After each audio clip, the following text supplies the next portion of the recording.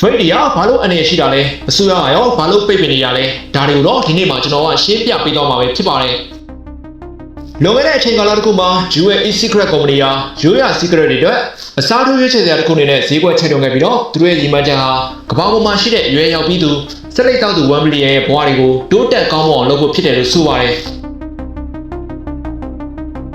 ဒါပေမဲ့သူတို့ပြောင်းလဲပြလိုက်တာကတော့ဆက်လက်ဖြတ်တဲ့သူတွေမဟုတ်ပါဘူးအထက်တန်းကျောင်းသားတွေကြားမှာပါ E-Secret ဒါမှမဟုတ်တနည်းအားဖြင့် fake အသုံးပြုမှုကအကြီးအကျယ်မြင့်တက်လာခဲ့ပါတယ် FDA ကတော့ဒါကိုကက်ရောဂါတစ်ခုလို့ခေါ်ဆိုပါတယ်West Queensland ကကလေးစေုံတစ်ခုကလည်း weight တောက်တာနဲ့ဆက်ဆက်နေတဲ့ပြင်းထန်တဲ့ကျန်းမာရေးပြဿနာတွေအတွက်သတိပေးနှိုးဆော်နေခဲ့ပါတယ်။မင်းတို့ကအစိတ်ရောင်းတဲ့ဈေးတွေပဲမင်းတို့ရဲ့ပြစ်မှတ်ကလူငယ်တွေပဲလို့ပဲဝေဖန်ခံခဲ့ရပါတယ်။စာပိုင်းမှာသူတို့ကကဘာကြီးကိုကယ်တင်နေတယ်လို့ထင်ခဲ့ပေမဲ့လည်းလူတွေရဲ့တုံ့ပြန်ချက်မှာဆိုရင်တော့မဟုတ်ဘူးမင်းတို့ကမိစ္ဆာတွေပဲလို့ပြောလာကြပါတယ်။2018ခုနှစ်မှာဆိုရင်တော့ Jewel Company ကဒေါ်လာ38ဘီလီယံတန်ဖိုးရှိတဲ့ company တစ်ခုဖြစ်ခဲ့ပြီးတော့ကမ္ဘာဆက်လက်တောက်သူ1ဘီလီယံအတွက်ပုံမကောင်းပုံပြီးတော့ကျန်းမာရေးနဲ့ညီညွတ်တဲ့အစားထိုးရွေးချယ်စရာတစ်ခုပေးဖို့အတွက်ရည်မှန်းချက်ကြီးမားခဲ့ပါတယ်။ဒါပေမဲ့9နှစ်ကြာမှတော့ Jewel Company ရဲ့တန်ဖိုးဟာအမြင့်ဆုံးအချိန်ထက်95%ထိထိုးဆင်းသွားခဲ့ပြီးတော့ company ရဲ့ရည်မှန်းချက်မှာဆိုရင်လည်းအရွယ်မရောက်သေးသူတွေသူတို့ရဲ့ထုတ်ကုန်အသုံးပြုမှုကိုတိုက်ဖြတ်ရန်ဆိုတဲ့စာကြောင်းတစ်ကြောင်းမှထပ်တိုးလာခဲ့ပါတယ်။ဘာလို့လဲဆိုရင်တော့ Jewel Company ဟာကောင်းမွန်တဲ့ရွေချက်တွေရှိခဲ့ပေမဲ့လည်းသူတို့ဟာအရွယ်မရောက်သေးတဲ့ကလေးတန်းပေါင်းများစွာကိုဆွဲလန်းစေခဲ့ပြီးတော့ဆက်လက်တောက်သူမျိုးဆက်တစ်ခုကိုဖန်တီးခဲ့လို့ပဲဖြစ်ပါတယ်။ဒါဟာဆက်လက်လုပ်ငန်းကြီးကိုဖျက်ဆီးဖို့ကြိုးပမ်းခဲ့ပေမဲ့လည်းနောက်ဆုံးမှာတော့ကိုယ်တိုင်ဆက်လက်လုပ်ငန်းကြီးဖြစ်လာခဲ့တဲ့လူငယ်လုပ်ငန်းရှင်တယောက်ရဲ့ဇာတ်လမ်းပဲဖြစ်ပါတယ်။ Jewel Company ရဲ့အတက်နဲ့ကြာအောင်ဆိုရင်တော့တကယ်ကိုကြမ်းတမ်းတဲ့ခီးစဉ်တစ်ခုလည်းဖြစ်ခဲ့ပါတယ်။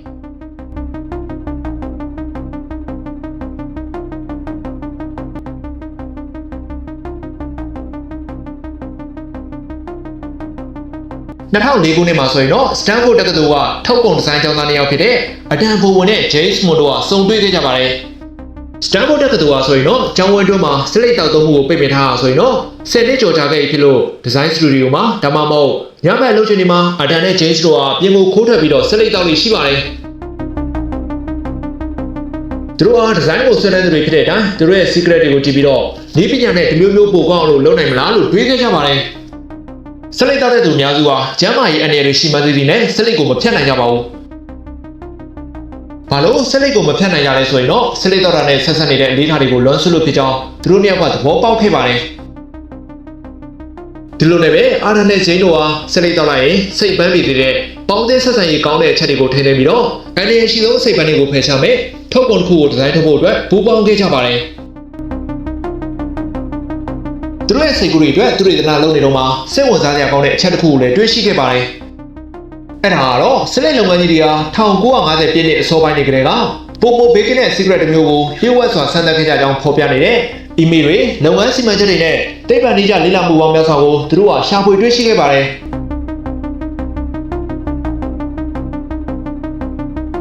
ဆက်လက်လုပ်ငန်းကြီးတွေအတွက်သူတို့ရဲ့ထုတ်ကုန်ကဖောက်တဲ့တွေကိုသိသေးတာအဆင်မပြေတာကြောင့်သူတို့ဟာဆွဲလန်းမှုရှိနေတဲ့ဖြစ်ပြီးတော့ကင်းဆာမဖြစ်စေတဲ့ secret ကိုဖန်တီးဖို့ကြိုးစားခဲ့ကြတာပါ။ secret ထဲမှာရှိတဲ့ဆေးရွက်ကြီးကိုမင်းမရှို့ဘဲနဲ့ပူပေးုံနဲ့ထွက်လာတဲ့ခိုးမွေတွေဟာ secret ကိုလုံးဝမီးရှို့လိုက်တာနဲ့အစိတ်တောင်နေပါကြောင်းသူတို့ကတွေးရှိခဲ့ပါတယ်။ဒီသူတွေတနာဟာလားလာရှိပေမဲ့လည်းဆက်လက်လုပ်ငန်းကြီးတွေကအခက်အခဲတွေ့ခဲ့ပါတယ်။အဲ့ဒါကတော့ဘေးကင်းတဲ့ secret တစ်မျိုးကိုထုတ်ဖော်ပြသလိုက်ခြင်းဟာလက်ရှိပုံမှန် secret တွေကဘေးမကင်းဘူးလို့ဝန်ခံလိုက်တာနဲ့အတူတူပဲဖြစ်ပါတယ်။ဒါကြောင့်ပဲသူတို့ဟာသူတို့ရဲ့လုပ်ငန်းကိုကိုယ်တိုင်ပြန်လည်မဖျက်ဆီးချင်တာကြောင့်ဆယ်စုနှစ်ပေါင်းများစွာဒီနေ့ပညာကိုထုံမသုံးခဲ့ကြပါဘူး။ဒါပေမဲ့အရာနဲ့ဂျိန်းတို့ကတော့ဆက်လက်လုပ်ငန်းကြီးတွေရပ်တန့်ခဲ့တဲ့နေရာကနေပြီးတော့ပြန်လည်စတင်ခဲ့ပြီးတော့ကိုယ်ပိုင်လုပ်ငန်းကိုထောင်ခဲ့ပါတယ်။ကမ္ဘာပေါ်မှာဆက်လက်တောက်သုံးသူ1 million ရှိတာကြောင့်ဒါဟာငွေပြောင်များရှာနိုင်အောင်လည်းမကဘဲနဲ့လူအသက်တွေကိုပါကယ်တင်နိုင်မဲ့နည်းလမ်းလို့သူတို့ကယူဆခဲ့ကြပါတယ်။ဒါဆိုရင်သူတို့အတွက်ဘာတွေကမှားနေကြတာလဲ။ဘာမှားစရာရှိလဲလို့တွေးကြရတယ်ရှိလာခဲ့ပါပြီ။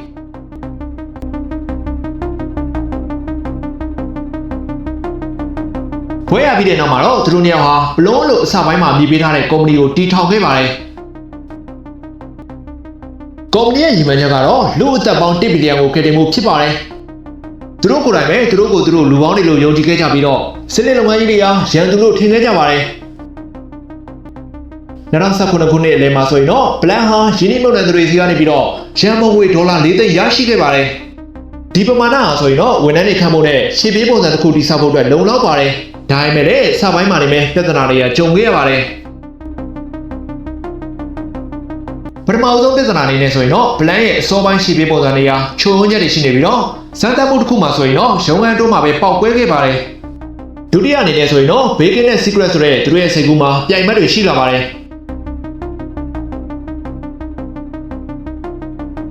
်လာတို့ထုတ်ပုံတွေကလည်းဈေးကွက်တွေကိုရောက်လာခဲ့ပါတယ်ပထမဆုံးလူသိများတဲ့ Secret ကတော့ enjoy ဖြစ်ပြီးတော့မကြာခင်မှာဘိတ်လုပ်ငန်းဟာစတင်ပြန်တန်းလာခဲ့ပါတယ်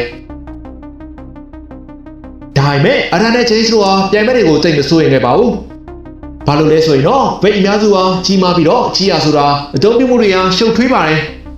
သူတို့เนี่ยကတော့ဒီဇိုင်းမန်ကိုလေးပေးတဲ့သူတွေဖြစ်လို့ထုတ်ပုံဒီဇိုင်းကိုအများကြီးတွေးခဲ့ကြပါတယ်ဒါကြောင့်2009ခုနှစ်မှာ plan ကိုထုတ်ပြနိုင်တဲ့အခါမှာဆိုရင်တော့ဒါဟာတော်လေးကိုကြီးကောင်းတဲ့ထုတ်ပုံတစ်ခုဖြစ်ခဲ့ပါတယ်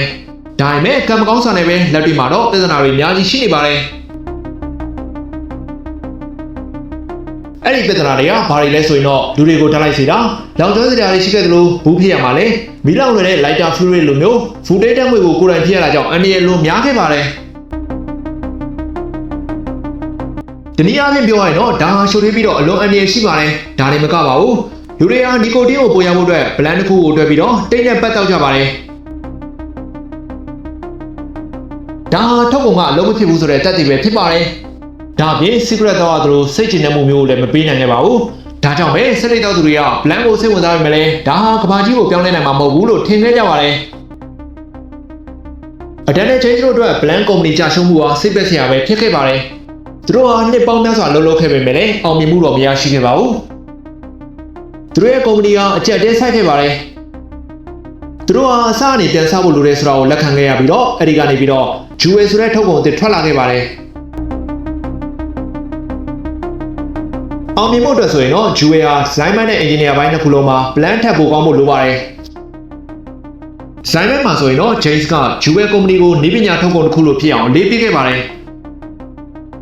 သူရဲ့ design သုံးသက်ချက်မှာဆိုရင်တော့အဲ့ဒီ design ဟာတင်းငယ်ရမယ်ရိုးရှင်းရမယ်အသုံးပြုရလွယ်ကူရမယ်ဆိုတာပဲဖြစ်ပါတယ်အဲ့ဒီလိုဖြစ်ဖို့အတွက်သူဟာ Jewel ကိုကိုယ်တိုင်တစ်ခုနဲ့ဘူးတစ်ခုပဲပါတဲ့ခင်မီ design မျိုးပေးခဲ့ပါတယ်ဘုံတံမော်ရာအကြောင်းလူတိုင်းဟာဒါကိုဘယ်လိုတက်ဆင်ရမလဲဆိုတာကိုချက်ချင်းသိကြပါတယ်အင်ဂျင်နီယာဘိုင်းမှာတော့အရန်က customer ရဲ့စိတ်ကျဉ်တဲ့မှုပြဿနာကိုဖြေရှင်းမှုကြိုးစားခဲ့ပါတယ်Jewel ဟာ secret တောက်သူတွေကိုကျင်းနေစီဖို့အတွက်ပြင်အားကောင်းပါမယ်ဒါပေမဲ့အဲ့ဒီအချိန်မှာဒါဟာမဖြစ်နိုင်ကြတော့ပဲဖြစ်ပါတယ်ဘာလို့လဲဆိုရင်တော့ဘိတ်ရည်တွေမှာသုံးတဲ့တန်းစင်တဲ့နီကိုတင်းဟာအရသာခါပါတယ် secret မှာပါတဲ့နီကိုတင်းပမာဏတိုင်းထည့်လိုက်မယ်ဆိုရင်တော့အရသာဟာခါတက်ပြီးတော့ခံရခတ်သွားပါတယ်အဲ့ဒီနောက်မှာတော့အရန်ဟာစလစ်လုပ်ငန်းသူတွေတနာတွေကနီကိုတင်းစားကြောင်းကိုရှာဖွေတွေ့ရှိခဲ့ပါတယ်ဒီစားတွေဟာနီကိုတင်းရဲ့ခါတက်မှုကိုရောနေစေပြီးတော့လေချောင်းတာကိုလည်းတက်တာစေပါတယ်ဒါအပြင်ကိုကြိုက်တဲ့အရာတွေကိုလည်းထည့်နိုင်ပါတယ်ဒါကြောင့်အရန်ဟာနီကိုတင်းပမာဏကို secret ထက်တောင်ပိုပြအောင်လုပ်နိုင်ခဲ့ပြီးတော့အရာတာကိုလည်းမန်ကိုဒါမှမဟုတ်ခရင်လိုမျိုးကောင်းတဲ့အရာတာတွေဖြစ်အောင်လုပ်နိုင်ခဲ့ပါတယ်အာရန်နဲ့ဂျင်းတို့ဟာသူတို့ရဲ့ထုတ်ပုံအသစ်ကိုပြန်ကြည့်တဲ့အခါမှာတော့ထူးခြားတဲ့အရာတစ်ခုကိုလုပ်နိုင်ခဲ့ပြီဆိုတာသိလိုက်ပါတယ်ဒီအချိန်ကြောင့်ပဲသူတို့ဟာစလိတ်တောက်ချင်းကိုအသစ်တစ်ဖန်ပြန်လဲဖန်တီးလိုက်တာပဲဖြစ်ပါတယ်အခုသူတို့ထုတ်နေတဲ့ Jewel Secret မပေါ်ဝင်တော့အချိန်ဒီဆိုရင်တော့ Secret ထုတ်ပုံတွေထဲမှာ Holy Grail ဟာအကောင်းဆုံးပစ္စည်းလို့သတ်မှတ်ခံရပါတယ်ဘာလို့လဲဆိုရင်တော့ထုတ်လို့ရတာလို့ကိုပြီးတော့ဈေးသက်သာအောင်လည်းမကဘဲနဲ့အထက်မှာပါတဲ့နီကိုတင်းရဆိုရင်လည်းဘိန်းလိုပဲဆွဲလန်းစေနိုင်လို့ဖောက်တဲ့တရားကိုတစ်သက်လုံးရရှိထားမှလည်းဖြစ်ပါတယ်ဒါပေမဲ့ secret ရဲ့အကြီးမားဆုံးအားနည်းချက်ကတော့ဖောက်တဲ့ရဲ့ကျန်းမာရေးကိုထိခိုက်စေတာလည်းဖြစ်ပါတယ်ဒါပေမဲ့ Jewel မှာ secret ကြီးမပါတဲ့အတွက်လူတွေက Jewel ဟာ secret ထပ်ပိုပေးခဲ့တယ်လို့ယုံကြည်ခဲ့ကြပါတယ်စီးပွားရေးရှုထောင့်ကကြည့်မယ်ဆိုရင်လည်း Jewel ဟာ secret ထပ်ပိုမြတ်နိုင်ပါတယ်Jewel ဟာ secret ရဲ့ကောင်းဝတ်တွေဖြစ်တဲ့နီကိုတင်းအကုန်လုံးရှိပြီးတော့ secret ထက်တောင်မှပိုပြင်းတာကြောင့်ပိုဆွဲလန်းစေပါတယ်ဒါအပြင် Jewel ကိုနန်ဆိုးမထွက်ဘဲနဲ့အိမ်ထဲမှာလည်းတောက်နိုင်ပါတယ်Secret ဟာတလိပ်ပေါ်တော့ပြင်မဲ့လေ Jewel ကတော့ချက်ချင်းထုတ်တော့ပြီးတော့ချက်ချင်းပြန်လဲသိမ်းစီးနိုင်တာကြောင့်လူတွေဟာတနေ့ကုန်နေရာမျိုးတောက်နိုင်ပါတယ်နောက်ပြီး Jewel ဟာကြည့်ရတာ酷ဖြစ်ပါတယ်ဒါအပြင်ဘိတ်တွေကအရသာမျိုးမျိုးရှိပြီးတော့အပေးရထုတ်တဲ့ကုန်ပစ္စည်းတစ်ခုလိုပါပဲတကယ်အပြင်လက်တွေမှာဆိုရင်လည်းလူတွေကဒါကို e-secret လောကရဲ့ iPhone လို့တော့မှခေါ်ကြပါတယ် ဒါကြောင့်အာရန်နဲ့ချင်းတို့ဟာဂျူဝဲအတွက်တကယ်ကိုစိတ်လှုပ်ရှားခဲ့ကြပါတယ်။ဒါဟာသူတို့အတွက်လူအသက်1ဘီလီယံကိုကယ်တင်မဲ့နည်းလမ်းပဲဖြစ်ပါတယ်။အခုသူတို့လုပ်ဖို့ကြံရှိတာကတော့ဈေးကွက်မြင့်တင်ရေးကမ်ပိန်းတစ်ခုပဲဖြစ်ပါတယ်။ FDA မှာဆိုရင်တော့ဆစ်လိထုတ်ပုံတွေအတွက်တင်းကျပ်တဲ့စီးမင်းတွေရှိပေမဲ့လည်းဂျူဝဲမှာစီးရွက်ကြီးမပါတာကြောင့်စီးမင်းတွေထဲမှာမပါဝင်ခဲ့ပါဘူး။ပုံမှန် secret တွေကြော်ညာရတာအကန့်အသတ်တွေအများကြီးရှိပေမဲ့လည်းဂျူဝဲကတော့လွတ်လွတ်လပ်လပ်ပဲကြော်ညာနိုင်ခဲ့ပါတယ်။ ဂျူဝဲ secret ရဲ့ကမ်ပိန်းကိုစတင်ဖို့အတွက်အာရန်နဲ့ဂျင်းတို့ဟာလူနေမှုပုံစံကြော်ညာကျွမ်းကျင်သူရစ်ချက်မန်ဘီကိုငှားရမ်းခဲ့ပါတယ်။သူတို့ရဲ့ခြေလမ်းမှာဆိုရင်တော့အဲ့ဒီလိုငှားရမ်းလိုက်တဲ့နေရာမှာပဲအရာအလုံးဟာစတင်ပြီးတော့မှားယွင်းသွားပါတော့တယ်။အာရန်နဲ့ဂျင်းတို့ဟာဂျူဝဲကိုစလိတ်ဖြတ်ဖို့အတွက်ကူညီပေးမဲ့ပစ္စည်းဖြစ်နေဖန်တီးခဲ့တာဖြစ်ခဲ့ပေမဲ့လည်းဂျူဝဲရဲ့ဈေးကွက်မြင့်တင်ရေးဖွဲ့ရတော့ထုတ်ကုန်ကိုကူးဖြစ်အောင်ပြသဖို့အတွက်အကောင်းဆုံးနည်းလမ်းလို့ထင်ခဲ့ကြပါတယ်။အဲ့လိုဖြစ်ဖို့အတွက်ဆိုရင်တော့လူငယ်တွေရဲ့လက်ထဲကိုထုတ်ကုန်တွေရအောင်လုပ်ဖို့ပဲဖြစ်ပါတယ်။ရလဒ်အနေနဲ့ဆိုရင်တော့ဘေပါရိုက်လို့ခေါ်တဲ့ social media campaign ကြီးဖြစ်လာခဲ့ပြီးတော့ရောင်စုံဝတ်ထားတဲ့ကျန်းမာတဲ့ကောက်ခုံနေတဲ့လူငယ်တွေနဲ့ပြည့်တတ်နေခဲ့ပါတယ်။ဂျူဝဲရဲ့ကြော်ညာတွေရဆိုရင်တော့ဟိုးလူငယ်တဲ့နှစ်ပေါင်းများစွာကစစ်လိတ်ကုမ္ပဏီတွေကမျိုးဆက်သစ်တွေကိုဆွဲဆောင်ဖို့အတွက်လုပ်ခဲ့တာတွေနဲ့အတော်လေးစင်တူနေပါတယ်။လူငယ်တွေကိုကောက်ခုံခိုင်းပြီးတော့ပျော်ရွှင်အောင်ပြသတာမျိုးဖြစ်ပါတယ်။ဒါပေမဲ့စစ်လိတ်ကုမ္ပဏီတွေက TV ဒါမှမဟုတ်ဆိုင်းဘုတ်တွေမှာမကြော်ညာနိုင်ပေမဲ့လည်းဂျူဝဲကတော့ကြော်ညာနိုင်ခဲ့ပါတယ်။ဘာလို့လဲဆိုရင်တော့စီမင်းတွေကမမိသေးလို့ဖြစ်ပါတယ်။ထောက်ကုန်မိတ်ဆက်ပွဲမှာဆိုရင်တော့ဂျူဝဲဟာ influencer တွေအတွက်ပါတီပွဲတွေလုပ်ပေးခဲ့ပြီးတော့ဂျူဝဲပေါင်းထောင်နဲ့ချီလက်ကားပေးခဲ့ပါတယ်။ဒါဟာမွေးစေးရောင်းသူတွေသုံးတဲ့နည်းလမ်းမျိုးပဲဖြစ်ပါတယ်။ပထမတစ်ခုကိုလက်ကားပေးပြီးတော့ဆွဲလန်းအောင်လှုပ်ဆောင်လိုက်တာဖြစ်ပါတယ်။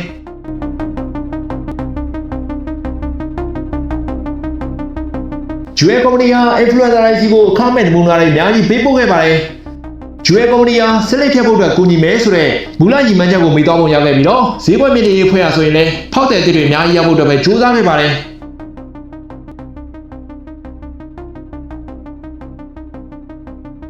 သူတို့ရဲ့ကြော်ညာတွေရဆိုရင်တော့စစ်လိတ်ဖြတ်ချင်တဲ့သူတွေအတွက်မဟုတ်ဘဲနဲ့ခူးဖြစ်ချင်တဲ့လူငယ်တွေကိုပြစ်မှတ်ထားခဲ့ပါတယ်။ဂျူဝဲကုမ္ပဏီဟာ Nickelodeon နဲ့ Cartoon Network လိုကလေးတွေကြီးတဲ့ website တွေမှာပါကြော်ညာနေခဲ့ပြီးတော့အတက်ကန့်သက်ချက်စီးသေးတာမျိုးမရှိဘဲနဲ့ online ကနေပါရောင်းချခဲ့ပါတယ်။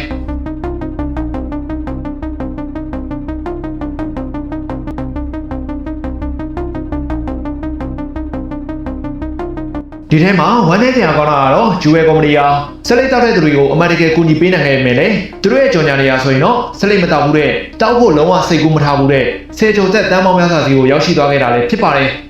2016ခုနှစ်မှာဂျူဝဲကိုတရားဝင်မိတ်ဆက်ပြီးတဲ့နောက်မှာတော့ FDA ကအရာအလုံးကိုပြောင်းလဲစီမဲ့သတင်းတစ်ခုကိုထုတ်ပြန်ခဲ့ပါတယ်။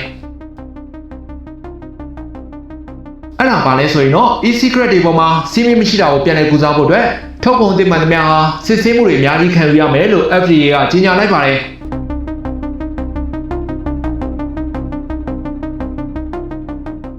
လက်ရှိဈေးကွက်ထဲမှာရှိနေတဲ့ထုတ်ကုန်တွေကတော့နည်းနည်းဆက်ရောင်းလို့ရနေသေးပေမဲ့လည်းအသေးအဖွဲပြုပြင်ပြောင်းလဲမှုလုပ်တာနိုင်နေမယ်။ FDA ရဲ့စစ်ဆေးမှုကိုခံယူရမှာဖြစ်ပြီးတော့ဒါဟာနှစ်ပေါင်းများစွာလည်းကြာမြင့်နိုင်ပါတယ်။ဒီချာဟာအာရန်နဲ့ဒင်းတို့ကိုအကျက်တွေ့စေပါတယ်။ဘာလို့လဲဆိုရင်တော့သူတို့ရဲ့ထုတ်ကုန်မှာပြဿနာတွေရှိနေလို့ဖြစ်ပါတယ်။ UN e-secret ဟာတင်းရလွန်တာကြောင့်အထက်ကရေတွေကတောက်နေတော့မှလွန်စင်ထွက်လာတဲ့ပြီးတော့ဒါဟာအနေရရှိပါတယ်။ဒါကြောင့်သူတို့ဟာဒီဟာကိုမပြင်နိုင်ဘူးဆိုရင်တော့ဒီထုတ်ကုန်ဟာလူတွေကြိုက်လာတော့မှမဟုတ်ပါဘူး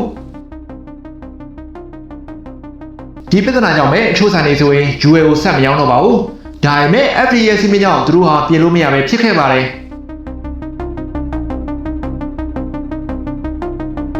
ဒီလိုနဲ့ပဲ UN ကုမ္ပဏီဟာ FDA ကိုမပြောမနဲ့ထုတ်ကုန်ကိုလျှို့ဝှက်စွာပြန်လည် engineer လုပ်ခဲ့ပြီးတော့ပြင်ဆင်ခဲ့ပါတယ်။သူတို့မှာလျှို့ဝှက်ချက်တစ်ခုရှိနေခဲ့ပါပြီ။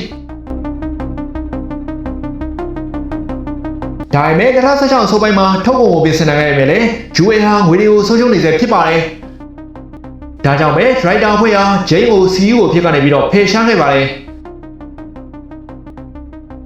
ဒါပေမဲ့အပြောင်းအလဲနေတဲ့နေရာစီကိုရောက်ရှိတဲ့အခါမှာတော့အယောင်းတွေကပြန်လည်တက်လာခဲ့ပါတယ်။အဲ့ဒီနောက်မှာပိုတက်လာခဲ့ပြီးတော့သူတို့ရဲ့အယောင်းဟာကောင်းကင်ကိုထိုးတက်သွားခဲ့ပါတယ်။ဘာလို့လဲဆိုရင်တော့ Vaporite campaign ဟာမယုံနိုင်တော့အောင်ထိရောက်ခဲ့လို့ဖြစ်ပါတယ်။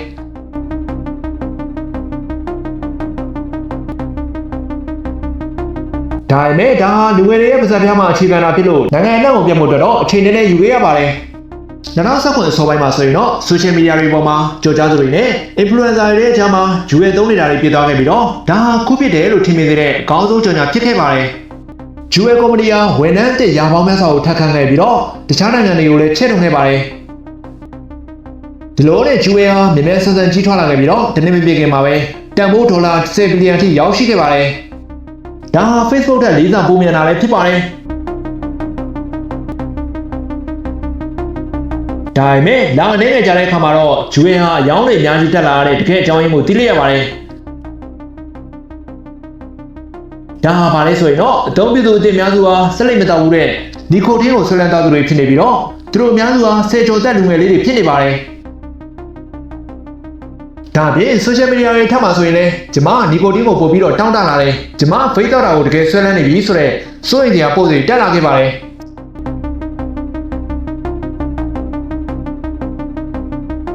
2019မတိုင်ခင်ကနီကိုတင်းထုတ်ကုန်တွေကကလေးတွေကြားမှာတိတ်မရှိပါဘူး။လူငယ်တွေက secret ကိုယွန်စရာလို့မြင်ကြပါတယ်။ဒါပေမဲ့ဂျူဝဲရဲ့ကြော်ညာတွေကြောင့်ဆလေးတောက်တာဟာပြန်ပြီးတော့ခစ်စားလာခဲ့ပါတယ်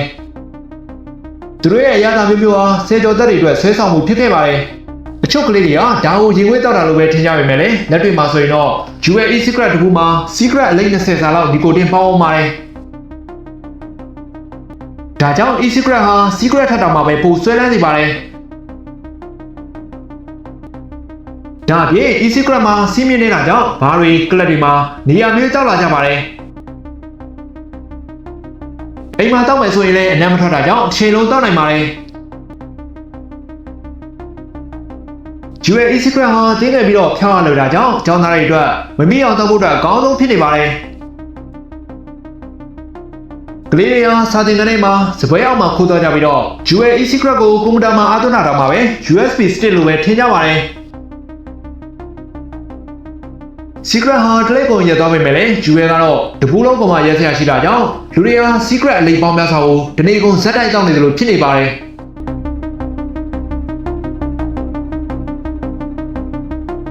။ဒါပြင်15နှစ်ရွယ်ကလေးတွေဟာဒီနေ့ကို secret အထုပ်ပေါင်းများစွာတောက်နေတယ်လို့လည်းဖြစ်နေပါတယ်။ဒီလိုနဲ့ကျောင်းသားတွေ e-secret သုံးစွဲမှုဟာဆိုရင်လည်းကက်ရောဂါအဆင့်ကိုရောက်ရှိလို့လာခဲ့ပါတယ်။သူတွေသနာတွေကနီကိုတင်းဟာဖွံ့ဖြိုးဆဲအုံနောက်အတွက်အန္တရာယ်ရှိပြီးတော့တသက်လုံးထိခိုက်စေနိုင်တယ်လို့စိတ်ကြယောဂနဲ့လည်းဆက်ဆက်နေပါတယ်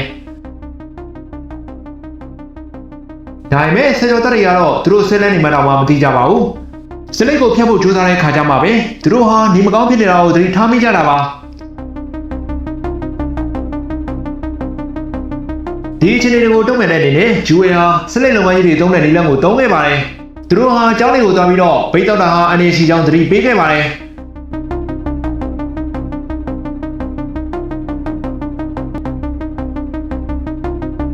ဒါပေမဲ့ဒါဟာတိုးရီချုံထားတဲ့ဝင်ပလီလိုပါပဲ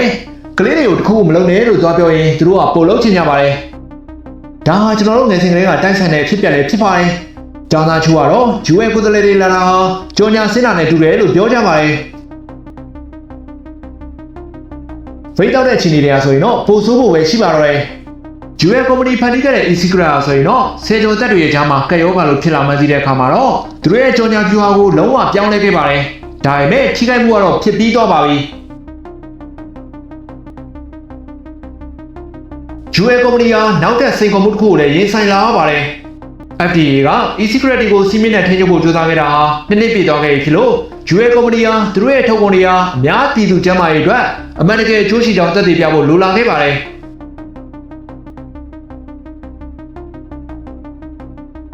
ဒါကြောင့်သူတို့ဟာသက်သေပြဖို့အတွက်ကြိုးစားပါတော့မယ်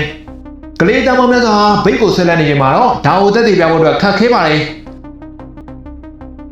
ထက်တန်းကျောင်းတွေမှာဘိတ်သုံးဆဲမှုဟာ80%ထိတက်လာခဲ့ပြီးတော့အလယ်တန်းကျောင်းတွေမှာဆိုရင်တော့60%နီးပါးတက်လာနေဆိုတဲ့အစီရင်ခံစာတွေထွက်လာပါတယ်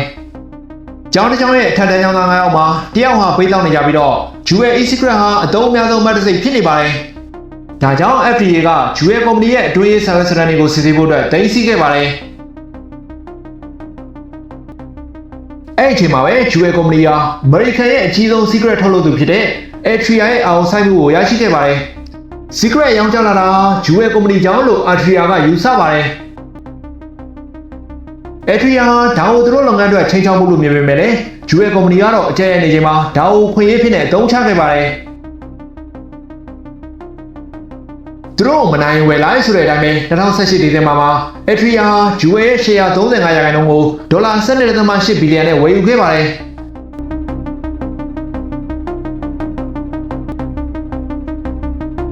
ဒီရင်းနှီးမြှုပ်နှံမှုကြောင့်ပဲဂျူဝဲကုမ္ပဏီရဲ့တန်ဖိုးဟာဆိုရင်တော့ဒေါ်လာ38ဘီလီယံထိဖြစ်သွားပါတယ်။ဒါကြောင့်ပဲဒီထောင်သူအာဒန်နဲ့ဂျိန်းတို့ဟာတညလေးနဲ့ပဲဘီလီယံနာတွေဖြစ်သွားခဲ့ပါတယ်။ဒါပေမဲ့ဝန်ထမ်းတွေကတော့သူတို့ဟာရန်သူဆက်လက်လုပ်ငန်းကြီးစီမှာလှုပ်လှုပ်နေရပြီလို့ခံစားလာခဲ့ရပါတယ်။သူတို့ဖျက်ဆီးမယ်လို့ပြောခဲ့တဲ့လုပ်ငန်းကြီးစီကိုရောက်ရှိသွားခဲ့တာကြောင့်ဂျူဝဲရဲ့မူလအိမ်မက်ဟာဆိုရင်လည်းသေဆုံးသွားခဲ့ပါပြီ။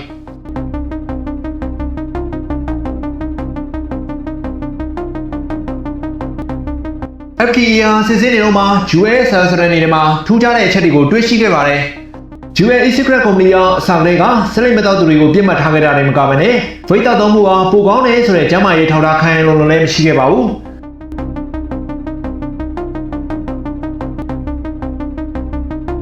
။ရလတ်အနေနဲ့ဆိုရင်တော့လွတ်တော်ကဂျိမ်းကိုခေါ်စစ်ဆေးခဲ့ပါတယ်။အဲ့ဒီစစ်ဆေးမှုမှာဆိုရင်တော့ US Company အတွက်အရှက်ရစရာဖြစ်ခဲ့ပါတယ်။ခမရအစိတ်ရောင်းတဲ့ဈေးတွေပဲခမရရဲ့ပြစ်မှတ်ကလူငယ်တွေပဲလို့ပြောခံခဲ့ရပါတယ်အဲ့လိုဖြစ်နေတော့မှပဲအခြေအနေတွေကအဆိုးဆုံးကိုရောက်ရှိသွားခဲ့တာကတော့အထက်တန်းကျောင်းသားတွေဟာဗိတ်တောက်ပြီးတဲ့နောက်တတိလေးလဲကြသွားပြီးတော့ဈေးရုံကိုတင်လိုက်ရတဲ့ဖြစ်ပျက်ပဲဖြစ်ပါတယ်ဒီလိုနဲ့ပဲ2019ခုနှစ်ဇူလိုင်လမှာတော့အမေရိကန်တဝန်းကဈေးရုံတွေမှာစေကျော်သက်တွေရောအဆုတ်ရောဂါတွေနဲ့ဈေးရုံတက်ရတဲ့သတင်းတွေထွက်လာပါတယ်6ယောက်ကနေ10ယောက်ထိသေဆုံးခဲ့ပါတယ်သူတို့အားလုံးမှာတူညီတဲ့အချက်အဆိုရင်တော့ဗိတ်အကြီးကျယ်တောက်သူတွေပဲဖြစ်ပါတယ်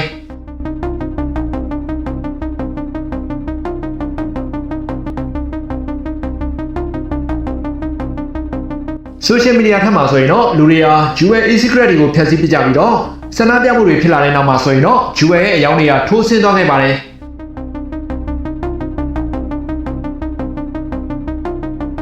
မနက်ကတော့ဒါဟာဂျွဲအမမဟုတ်ပါဘူးတရားမို့လမ်းမီးကဝယ်တဲ့ဈေးကြောက်ပိတ်တွေကြောင့်ပဲဖြစ်ပါတယ်ဒါပေမဲ့လူတွေကတော့ဂျွဲကိုပဲအပြစ်တင်ကြပါတယ်ပြည်နယ်ပြည်ကဂျွဲကုမ္ပဏီကိုတရားစွဲကြပြီးတော့ရတာပါတဲ့ထုံးပုံတွေကိုပိတ်ဖို့ကြိုးစားကြပါတယ်ဂျွဲကုမ္ပဏီဟာဒီတန်ကနေပြီးတော့ဘယ်တော့မှနလန်မထူနိုင်တော့ပါဘူးဒီနောက်သူနေရာစလုံးကလည်းနှုတ်ထွက်သွားကြပြီးတော့ကုမ္ပဏီကိုစစ်လက်လုပ်ငန်းကြီးကလူတွေကအစားထိုးနေရယူခဲ့ပါတယ်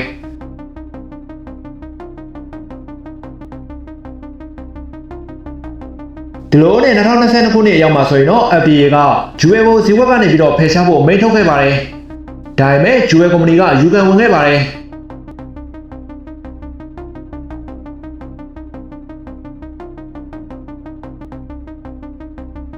ဂျူဝဲကုမ္ပဏီကတရားစွဲဆိုမှုပေါင်းထောင်ချီကိုရင်ဆိုင်ခဲ့ရပြီးတော့ဂျော်ဂျီဒေါ်လာ3ဘီလီယံနီးပါးပေးခဲ့ရပါတယ်။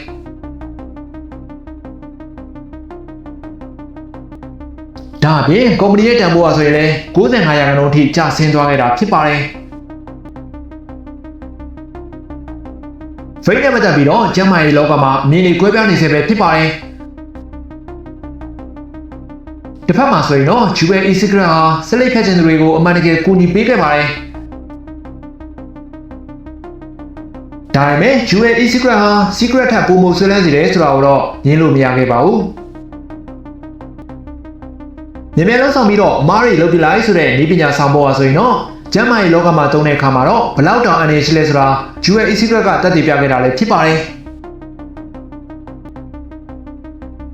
ဒီဇလန်ရဲ့အနေချုပ်ကတော့1950ကတည်းကစစ်လက်လုပ်ငန်းကြီးတွေဟာ secret ကိုဆွဲလန်းစေပြီးတော့လူကိုမသိသေးတဲ့ပစ္စည်းတစ်ခုကိုလိုချင်ခဲ့ကြတာဖြစ်ပါတယ်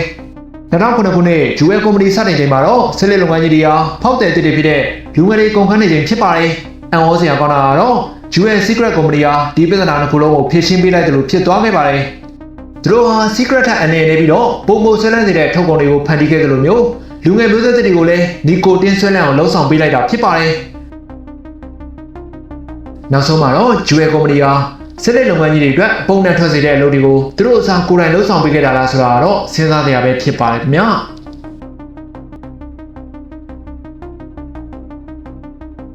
တဲ့အနေနဲ့ရောဗိတ်တောက်တာကိုဘယ်လိုမြင်မိပါသလဲစလိတ်ဖြတ်ဖို့အတွက်အထောက်အကူဖြစ်တယ်လို့ထင်မိပါသလားဒါမှမဟုတ်လူငယ်တွေကိုဖျက်ဆီးနေတာလားဆိုတော့ခုမှဝင်ရောက်ဆွေးနွေးပေးသွားလို့ရပါတယ်ခင်ဗျာ